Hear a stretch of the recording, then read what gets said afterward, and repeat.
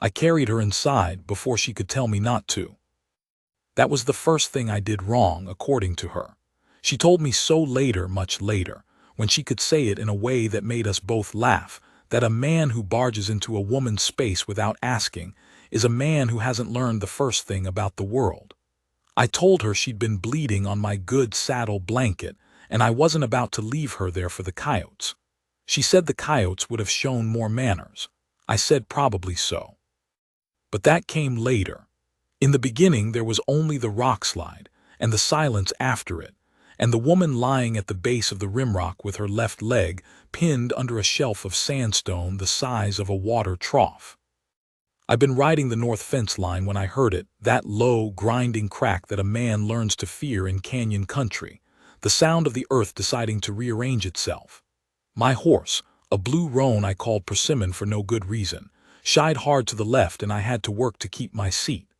By the time I'd steadied him and come around the outcrop, the dust was still settling and she was there, half sitting, half pinned, and not making a sound that I could hear. I got down slow. A man who spent enough years on the frontier learns that rushing toward a stranger in distress is sometimes the second worst thing you can do after walking away. I kept my hands visible, and I kept my mouth shut, and I came close enough to see what I was looking at. She was Apache, or I took her for Apache from the dress and the way she wore her hair. She was maybe 30, maybe a few years past it, a woman in the full of her life, not a girl. Her face was composed in a way I recognized even then, the look of someone who has decided that pain is a thing happening to the body and not necessarily to the self. Her dark eyes found me before I'd gotten within 20 feet, and they did not flinch. I stopped. I held my hands out to the sides, empty. She said something in a language I didn't know. Her voice was steady. I said, "I don't speak your language, ma'am. I'm sorry for that, but I'd like to help you if you'll let me." She looked at me for a long moment. Then she said something else, shorter this time, with a tone I read as neither permission nor refusal, only an acknowledgement that I existed and that she was waiting to see what I would do next. I moved the stone. It took every bit of strength I had. The shelf wasn't as heavy as it looked. The angle had been the problem, wedging it against the smaller rocks beneath, and when it finally came free and I lowered it to the side, she let out one single controlled breath. Just one. Then her jaw set again and she looked down at her leg and I looked too, and it wasn't as bad as I'd feared. No bone showing. The ankle was swelling already and would be a bad sprain at the least, a hairline fracture at the worst, but she wasn't going to lose the limb. I told her that. I don't know why she couldn't understand me, but I said it anyway, because the silence felt wrong and I am not a man who talks much, and when I do talk I tend toward the practical. "Ankle swollen, but the bone looks whole to me," I said. "I've got a ranch about 2 miles east. I can carry you or I can bring a wagon back. Your choice." She watched me say all of this with that same level attention. Then she made a gesture, one hand extended, a pushing back motion, and tried to stand. She couldn't. I watched her try twice. I did not rush forward. I stood where I was and let her discover what her body was telling her, because it seemed to me that this woman would not thank me for scooping her up before she decided she needed scooping. On the second attempt, her ankle gave and she caught herself with both hands against the canyon wall and held there. And in that moment, just for a second, the composure cracked, not into fear, but into something quieter. Frustration, maybe, or the particular tiredness of someone who has been strong for a long time and finds the body unwilling to cooperate. I said, "I'll bring the wagon." She looked at me. "I'll leave Persimmon here so you know I'm coming back," I said. "He's not going anywhere. Eats too much to ever run off willingly." I don't know if she understood a word. But I tied Persimmon to a juniper 20 feet away, well within her sight, and I walked the 2 miles back to the ranch, and I hitched the mule to the wagon and I came back. And she was still there, and Persimmon was still there, and she was watching the horse the way a woman watches something she has decided she can trust provisionally. That was the beginning. I got her to the ranch. I set her on the cot in the front room, the room I used as a kind of combination office and sitting room, not the bedroom, because I was not entirely without sense. And I wrapped the ankle with strips of clean flour sacking, and I heated broth and left it where she could reach it, and I went and slept in the barn. In the morning she was still there, which surprised me. I'd half expected to find the cot empty and the broth untouched. Instead, she drunk the broth and was sitting up, and she'd found a piece of charcoal from the edge of the cold stove, and she'd drawn something on the back of a feed bill I'd left on the table. When I came close enough to look, I saw it was a rough map. The canyon, the rockslide, a trail leading north and west into the mesa country. She pointed at the map, then at herself, then at the trail. "You've got people up that way," I said. She held my gaze, and then gave a very small, deliberate nod. "All right," I said. "I won't send word. Nobody comes out this way but me and my hand Diego, and Diego's been up in Tucson for a month. So you're safe here until you can walk." I don't know how much of that she took in. But she looked at me for a long beat, and then she looked down at the map, and something in the set of her shoulders eased by a degree I might not have noticed if I hadn't been paying close attention. Her name, or the name she eventually gave me, which I understood later was a version of her name that a stranger could use, was something that sounded, to my ear, like morning. I called her that, and after the first day she didn't correct me, so I kept it. She stayed 5 days. The ankle was bad enough to keep her off it, and I made no fuss about her presence. I cooked, I left food, I did not hover. I went about my work. The horses needed tending. The south fence had 2 posts that wanted replacing. The water tank had developed a leak, and I came in at mealtimes and sat across the table from her and ate without making her feel examined. I brought out a deck of cards one evening, not to play but to have something to look at that wasn't each other, and she watched me lay out a hand of solitaire, and after a while she reached across and moved a card to where it belonged. I looked up. She was looking at the ceiling. I finished the game. On the 3rd day, she spoke to me in Spanish.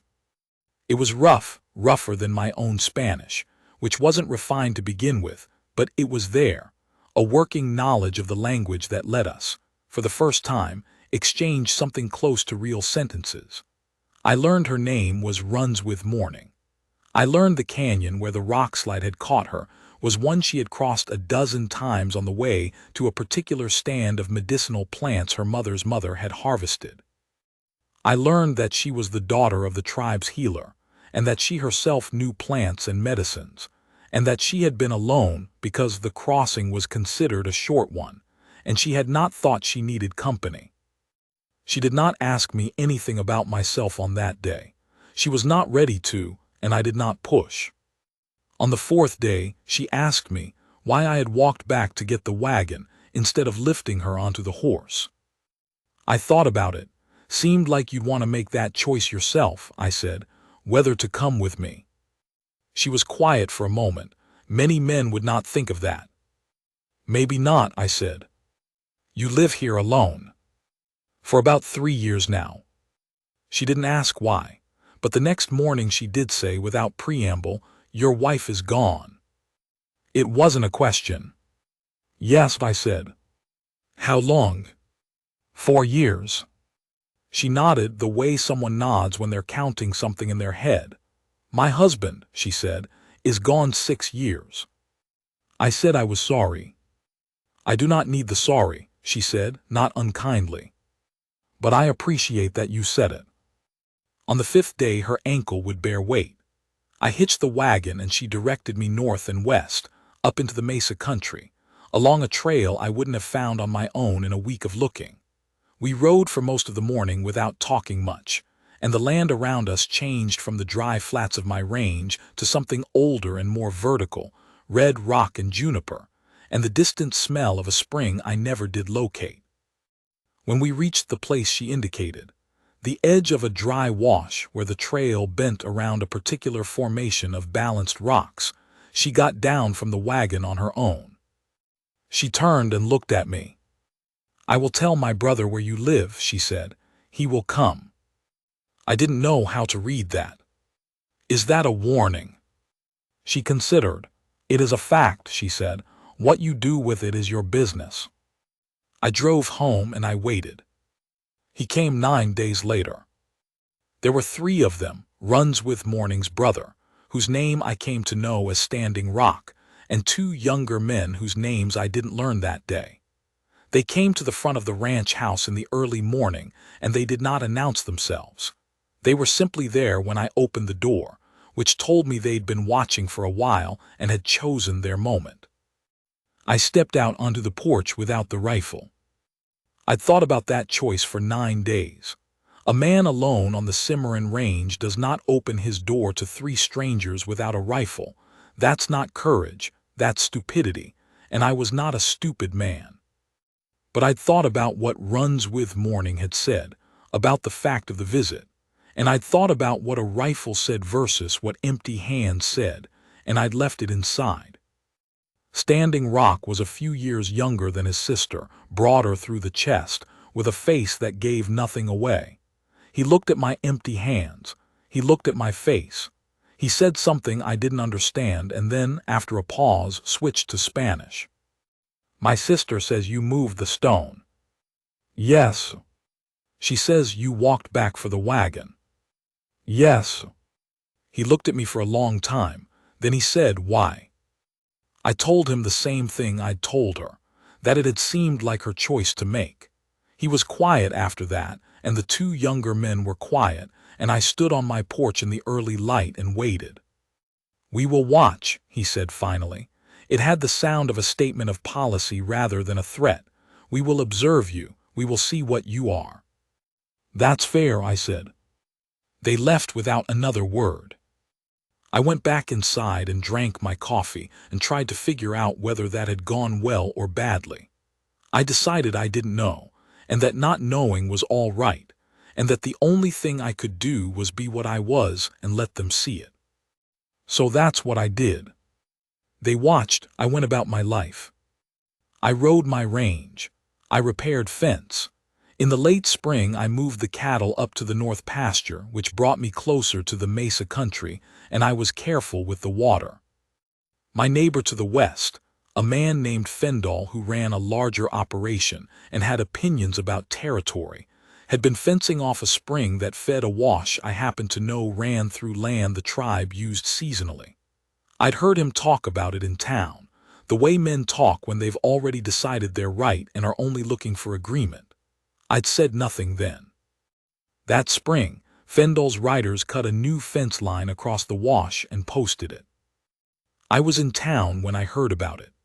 I rode out to see it with my own eyes, and I sat my horse at the new fence line for a long while, looking at the spring on the other side of it, and I thought about what it meant and who it would affect and what kind of man I was going to be about it. I went to see Fendall. It wasn't a comfortable conversation. Fendall was not a bad man. I want to be fair to him, but he had the habit of thinking that legality and right were the same thing, and they aren't always. I told him the wash fed a spring that people had been using long before either of us had arrived, and that closing it off wasn't square. He told me it was his land by deed. I told him a deed was a piece of paper, and a spring was water, and water on the Cimarron was life, and that a man who closed off water from people who had nowhere else to get it in the dry months was not the kind of man I wanted for a neighbor. He asked me what people I was talking about. I told him. He didn't like that. We argued about it for a while. It didn't resolve that day.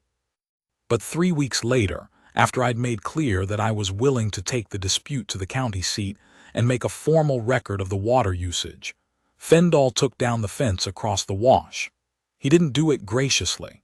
He did it because the alternative was expensive and public, and because I was stubborn enough that he believed me when I said I'd follow through. I didn't know then that any of this had been seen. I found out in midsummer, when Standing Rock appeared at the edge of my south pasture one morning and waited there until I rode over. He said in Spanish, "The fence is down." "Yes," I said. "You did this." Fendall did it. I gave him a reason to. Standing Rock looked out across the range for a moment. Then he said, "You lost something for this. He was your neighbor." "Still is," I said. "We'll get over it." Another silence. Then, "Come to the camp, my sister asks." He said it plainly, without ceremony, as if it were a simple thing. Maybe it was. Maybe I was the only one who felt the weight of it. I followed him into the mesa country that afternoon. The camp was in a canyon I'd never have found, sheltered, with water and shade, and the particular orderliness of a community that knows how to live lightly in a hard place. There were perhaps 30 people, maybe more. I was aware of being watched not hostilely, but with the attentive, assessing look of people who do not make hasty judgments. Children stopped to stare openly, which I found easier to bear than adult scrutiny. I nodded at them. A few nodded back. Runs with Morning met me at the edge of the camp. Her ankle had healed without a limp, and she moved with the ease of someone who belonged completely to the ground she walked on. She looked at me with those level dark eyes, and I looked back, and something passed between us that I was not yet ready to name. "Come," she said, "my grandfather wants to meet you." Her grandfather was the elder. I hadn't known that when I'd sheltered her, hadn't known it when I'd gone to Fendall about the fence.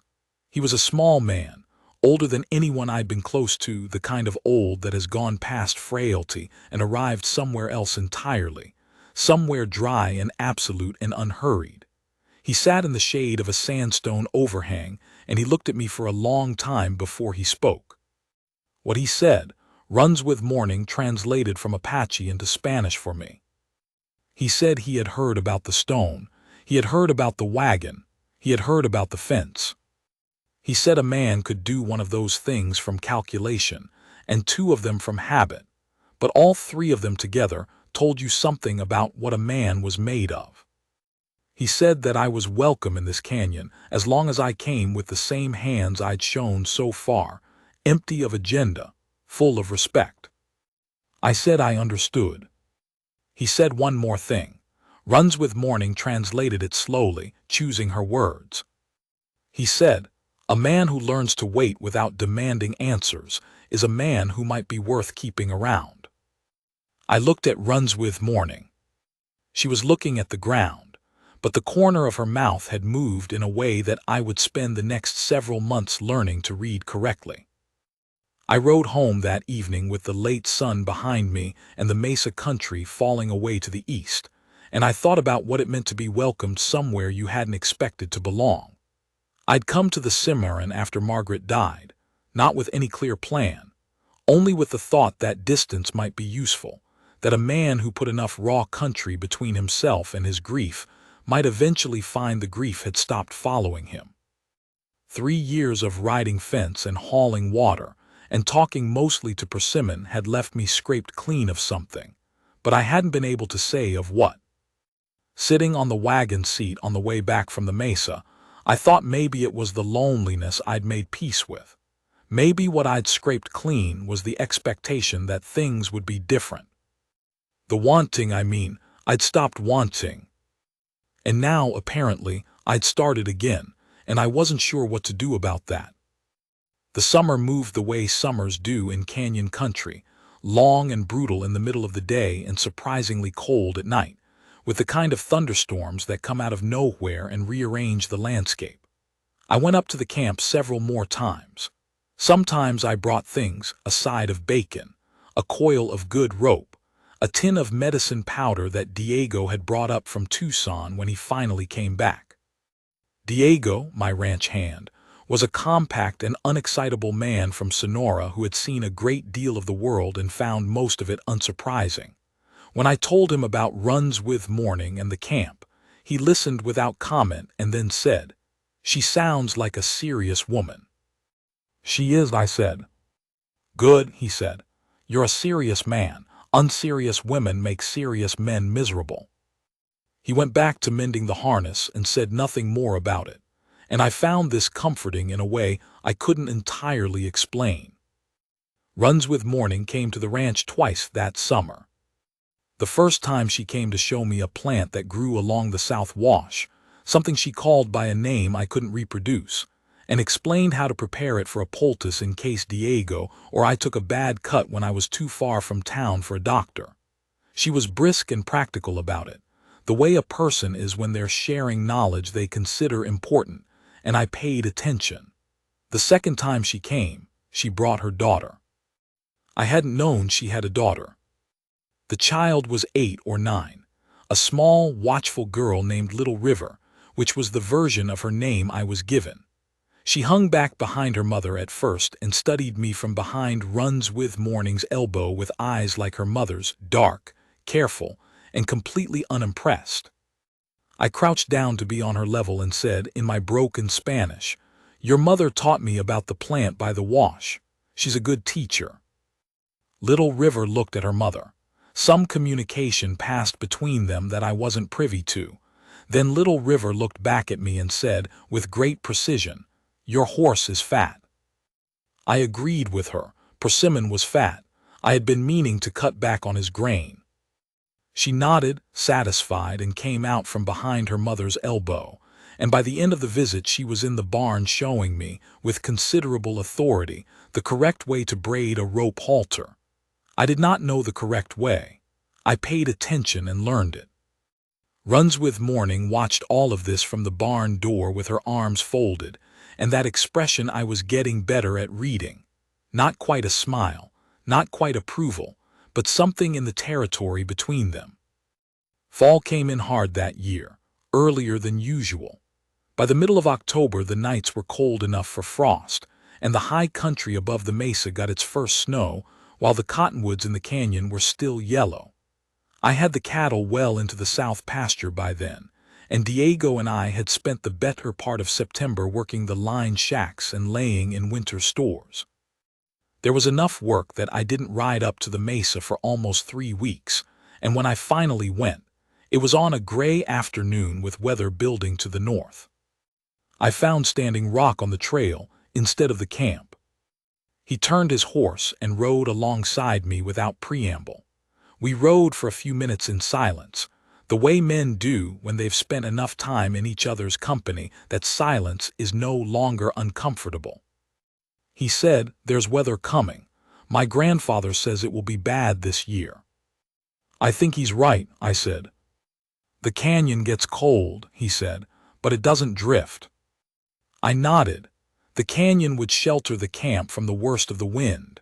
My range was more exposed, but the buildings were solid. I'd built them to last, not to be temporary. He said, "You could winter closer." I looked at him. "There's a draw," he said. "South-facing, protected. Your cattle would do well there. You'd be closer to the canyon." It was, I understood, not a practical suggestion about cattle grazing. Or not only that. I said, "I'd need to talk to Morning about that." He looked straight ahead. "Yes," he said, "you would." I talked to her that afternoon in the camp, with the cold wind picking up from the north, and Little River sitting on a rock nearby, pretending to work on a piece of weaving while listening with obvious attention to every word. I told Runs with Morning what her brother had said. I told her I wouldn't presume to know what she wanted, and that I wasn't the kind of man who declared things at a woman without asking. I told her that I had spent 3 years being alone and that I'd been all right with it, and that I was less all right with it than I'd been before the rockslide, and that I thought she probably knew that, and that I wasn't going to pretend otherwise. She listened to all of this without interruption. Then she said, "You are going to ask me something." "Yes. Ask it." "I'd like to court you," I said. "If that's a word that means anything useful to you. I'd like to spend time with you that isn't about medicine plants or fence disputes or hospitality. I'd like to sit across a fire from you without needing a reason." Little River on the rock had stopped pretending to weave. Runs with Morning was quiet for a moment. The wind moved through the juniper above us. She said, "My grandfather will have something to say about this." I figured. He will want to know what you're offering. "A home," I said, "or whatever part of a home makes sense. I'm not asking her to leave her people or her canyon. I'm asking if there's room for me somewhere in the picture." She looked at me steadily. "That is a careful answer. I've had some time to think about it." "Have you?" She said it flat without inflection, which was one of the things she did when she was amused but wasn't ready to show it yet.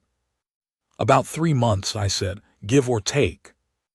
Little River made a sound on her rock, not quite a laugh, but adjacent to one, and her mother gave her a look that communicated several things at once, most of them maternal. Then Runswith Morning looked back at me. "Come to the camp tomorrow," she said. "Come in the morning, my grandfather will talk to you." I went back to the ranch and I did not sleep well, which was fine. Some nights are worth the sleeplessness. The elder received me at the same sandstone overhang. The morning was clear and cold, with frost still white in the shadows of the canyon walls, and the camp was awake and busy around us in the way camps are when winter is coming and there is work to be done. He looked at me for a time in silence.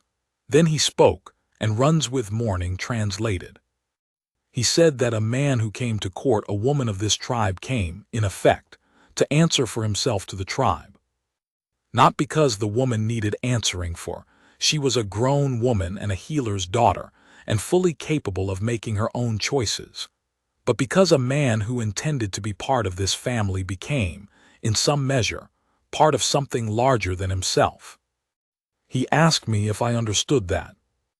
I said I did. He asked me what I was prepared to give. I thought about it. I said that I was prepared to give my word and my work and my honesty, and that I was not prepared to promise things I didn't know how to keep, and that I thought a man who overpromised was worth less than a man who underpromised and then did more. The elder listened to the translation of this. He was quiet for a long moment. Then he said, and Runswith Morning translated it slowly, with a care that told me the words mattered, that a man who knew what he couldn't promise was a man who knew himself, and that was rare enough to be worth something. He said that Runswith Morning had already told him what she wanted. He said that the choice was hers to make, and that she had made it, and that his role was to say whether he found any reason to object, and he did not. He said one more thing. He said, "Take care of her and the child, or I will know about it." It was delivered mildly, in the way that things delivered mildly by very old men, with absolute authority, tend to be the most serious things said in a conversation. I said that I understood. He nodded once, and that was that. Runswith Morning and I were married in December, in 2 ceremonies, a brief one in the town of Clariton, for the legal document, with Diego and the county clerk and nobody else, and a longer one in the canyon, with the tribe, which involved a fire and certain rituals I was not entirely clear on but participated in as fully as I could, and which ended with the elder placing his hand on my head in what I was later told was a gesture of acceptance rather than a blessing, since the elder was not a man who blessed lightly. Little River stood through both ceremonies with her arms folded, and an expression of critical appraisal that she had clearly inherited from her mother. After the canyon ceremony, she came and stood next to me and looked at the fire. "My grandmother's mother," she said, in the careful Spanish she used with me, "had a husband from outside the tribe." "Is that so?" I said. "She said he was mostly all right," Little River said, "once he learned to listen." "That's a reasonable standard," I said. "Yes," she said, "it is." And she went to stand with her mother, and I stood by the fire in my own company for a moment and felt something that I hadn't felt in 4 years, something that had crept back in slowly, the way warmth comes back to a cold room when someone finally gets the stove lit. It wasn't the sharp thing that grief had been. It was quieter than that. It was the particular peace of a man who has found, without expecting to find anything, that the world still has room for him in it. We built the second room on the cabin that spring, when the ground thawed enough to pour the footing. Diego helped, and 2 of Standing Rock's younger men helped, and they were better at the stonework than any of us, and the result was better than what I'd have put up on my own. Little River supervised from a fence post with the air of someone who had strong opinions about construction and was not shy about sharing them. It's a good room, solid, gets the morning light. Runs with morning, stands at the window of it sometimes, in the early hours, looking out at the canyon country, the way she's always looked at it, like someone reading a language the rest of us never quite learned. I watch her do it and I think about the rock slide, and the stone I moved, and the wagon I brought back, and all the long, careful miles between that afternoon and this one. She catches me watching sometimes. She has learned over the years to let me see that she's amused. I haven't entirely learned over the years not to be caught, but I figure that's all right. A man who knows what he can't promise. I said that to the elder once. I meant it then and I mean it now. I can't promise to stop watching her at the window. It is, I'm afraid, a habit I intend to keep. The elder told me at the end of that first winter that the canyon had a word for what I'd done, the moving of the stone, the walking back for the wagon, all of it. He said it through morning, slowly, and it didn't translate exactly into Spanish or English. The nearest thing she could give me was something like, the act of helping someone without making them small for needing help. I've thought about that word a long time. I think it's the best thing I ever learned about how to be in the world, and I learned it from a woman I found pinned under a shelf of sandstone on the Cimarron Range on an ordinary afternoon, and from the old man who raised her, and from a small girl on a fence post who told me my horse was fat and was entirely correct. I think Margaret, if she'd known them, would have liked them. I think she'd have liked to see what became of me out here, in the canyon country, in the room with the morning light. I know that I am glad of it. That's enough for any man, that's more than enough.